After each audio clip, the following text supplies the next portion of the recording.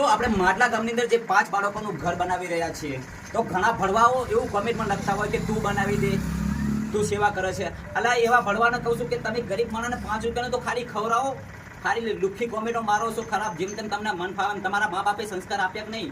કારણ કે મિત્રો મારી પોતાની કેપેસિટી નથી. હું એક ગરીબ પરિવારમાંથી આવું છું અને મેં ખુદને આર્થિક પરિસ્થિતિ ખૂબ નબળી વેઠી છે. એટલે મને ખબર છે જીવનની અંદર મુશ્કેલીઓ હોય, મા બાપના હોય, એટલે ઘણી બધી મુશ્કેલીઓ પડતી હોય છે.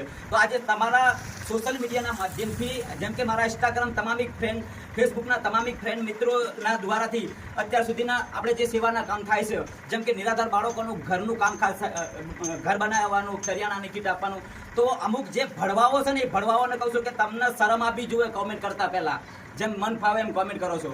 અને ખરેખર હું આભાર વ્યક્ત કરું છું જે આપણે નિરાધાર બાળકોનું ઘર બનાવીએ છીએ તેની અંદર જે મને મદદરૂપ કરે છે, સપોર્ટ થાય છે, તેમનો પણ હું